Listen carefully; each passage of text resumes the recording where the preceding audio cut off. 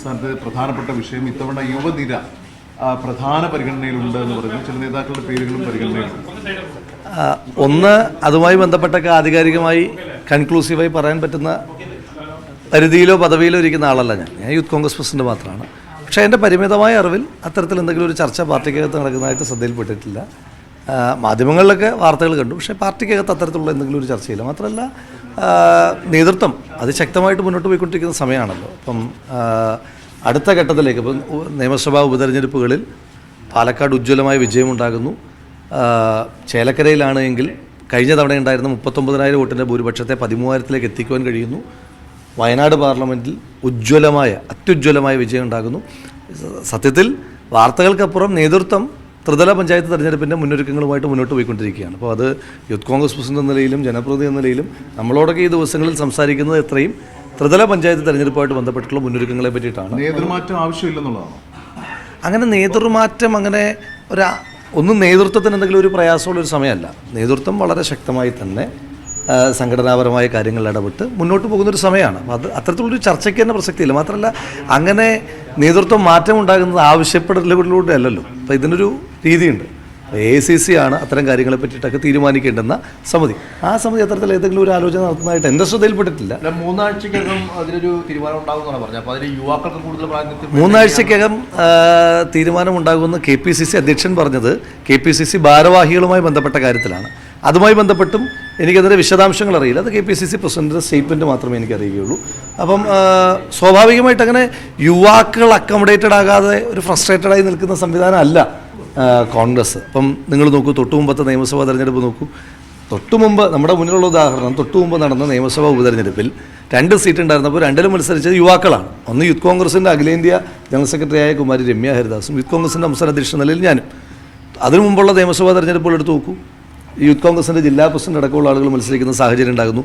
കോൺഗ്രസ് നേതൃത്വം എടുത്തു നോക്കൂ, ചെറുപ്പക്കാരായിട്ടുള്ള ആളുകളാണ് കോൺഗ്രസിൻ്റെ നേതൃത്വത്തിൽ ഇരിക്കുന്നത്. പിന്നെ മാത്രമല്ല, അങ്ങനെ ഞങ്ങളിപ്പോൾ ചെറുപ്പക്കാരെന്ന് പറയുന്ന ആളുകൾ ഇതിൽ നിന്നും മാറി നിൽക്കുകയല്ലല്ലോ. ഇവിടെ കോൺഗ്രസിനകത്ത് നടക്കുന്ന ഇപ്പോൾ കീ പോസ്റ്റുകളിൽ ഇരിക്കുന്ന ആളുകൾ നിരന്തരമായി ചെറുപ്പക്കാരോട് ഡിസ്കസ് ചെയ്യുന്നുണ്ട്. ഞങ്ങൾക്കിടയിൽ നിരന്തരമായ ചർച്ചകൾ ഉണ്ടാകുന്നുണ്ട്. ചെറുപ്പക്കാർക്കിടയിൽ തന്നെ നല്ല ഐക്യവും നല്ല കമ്മ്യൂണിക്കേഷൻസ് ഉണ്ടാകുന്നുണ്ട്. അപ്പോൾ ഇതൊരു കൂട്ടായിട്ട് ഇപ്പം എല്ലാ ചെറുപ്പക്കാരും ലീഡർഷിപ്പിൻ്റെ പാർട്ട് തന്നെയാണ്. അപ്പം ഈ കേരളത്തിൽ കോൺഗ്രസ്സിൽ ഉണ്ടാകുന്ന എല്ലാ തീരുമാനങ്ങളിലും ഞങ്ങൾക്ക് ഉത്തരവാദിത്തമുണ്ട്. ആ ഉത്തരവാദിത്തം ഞങ്ങൾക്ക് നേതൃത്വം തരുന്നുണ്ട്. അപ്പോൾ അതുകൊണ്ട് അങ്ങനെ ഒരു ഫ്രസ്ട്രേറ്റഡ് അവസ്ഥയിലല്ല യുവാക്കൾ. അതൊക്കെ വാർത്തകളായിട്ട് മാത്രമേ എനിക്കറിയുകയുള്ളൂ. ശ്രീ സന്ദീപ് വാര്യരെ പോലുള്ള ആളുകൾ കൂടുതൽ സന്ദീപ് വാര്യർമാർ കോൺഗ്രസിലേക്ക് വരേണ്ടുന്ന സാഹചര്യമുണ്ട്. അപ്പം ശ്രീ സന്ദീപ് വാര്യർ സ്വാഭാവികമായിട്ട് അതൊക്കെ പാർട്ടി നേതൃത്വം അത് പരിഗണിക്കേണ്ടുന്ന വിഷയങ്ങളാണ്. അതൊക്കെ പാർട്ടി നേതൃത്വം തന്നെ പരിഗണിക്കും. MLA തിരഞ്ഞെടുക്കപ്പെടുമ്പോൾ ഇരട്ട പദവിയാണ്. യൂത്ത് കോൺഗ്രസ് അധ്യക്ഷനെ MLA ഉണ്ട്. കോൺഗ്രസിൻ്റെ ദേശീയ കമ്മിറ്റികളുടെയൊക്കെ 2 പദവി ഒഴിവാക്കണമെന്നുള്ളത് എന്തെങ്കിലും ആലോചനയുണ്ടോ? ഇല്ല, അങ്ങനെയില്ല. കാരണം അത് രണ്ടും പറ്റുമല്ലോ. കാരണം ഇപ്പം ഞാനൊന്ന് എലക്റ്റഡ് യൂത്ത് കോൺഗ്രസ് പ്രസിഡന്റാണ്. എൻ്റെ കാലാവധി കഴിയുന്നില്ല. നിങ്ങളുടെ ചർച്ച തുടങ്ങി റിപ്പോർട്ടർ പാർട്ടിക്കകത്ത് അങ്ങനെ ചർച്ചയില്ല. ഒന്ന് ഒരു ടേം ഉണ്ടല്ലോ. ഇപ്പം യൂത്ത് കോൺഗ്രസ് പ്രസിഡന്റ് എന്ന് പറയുന്നത് എലക്റ്റഡ് ആയിട്ടുള്ള പോസ്റ്റാണ്. അതിനൊരു ടെന്യൂറുണ്ട്. ആ ടെന്യൂറിൽ എൻ്റെ ആകെ 1 വർഷമായിട്ടുള്ളൂ. മാത്രമല്ല, ആദ്യമായിട്ടല്ല ഒരു ജനപ്രതിനിധി യൂത്ത് കോൺഗ്രസ് അധ്യക്ഷനാകുന്നതോ KSUവിൻ്റെ അധ്യക്ഷനാകുന്നതോ. മാത്രം ജനപ്രതിനിധി ആവുക എന്ന് പറഞ്ഞാൽ അത്ര മോശപ്പെട്ട കാര്യമല്ലല്ലോ. ജനപ്രതിനിധി ആവുക എന്ന് പറഞ്ഞാൽ ഞാനെന്തൊരു കുഴപ്പം കാണിച്ചതല്ലോ. ഇതിൻ്റെ തുടക്കം തൊട്ട് ഞാൻ നിൽക്കുന്ന പോയിന്റ് നവീൻ ബാബുവിൻ്റെ അത് ആത്മഹത്യയല്ല. ശ്രീമതി ദിവ്യയ്ക്ക് ജില്ലാ പഞ്ചായത്ത് അധ്യക്ഷയായിരുന്ന CPM നേതാവായ ശ്രീമതി ദിവ്യയ്ക്ക് കൊടുത്തിരിക്കുന്ന ഏറ്റവും വലിയ പ്രിവിലേജ്, ഏറ്റവും വലിയ ഇമ്മ്യൂണിറ്റി എന്ന് പറയുന്നത് ആത്മഹത്യാ പ്രേരണയായി കുറ്റം നിലനിൽക്കുന്നതാണ്. ഇത് കൊലപാതകമാണ്.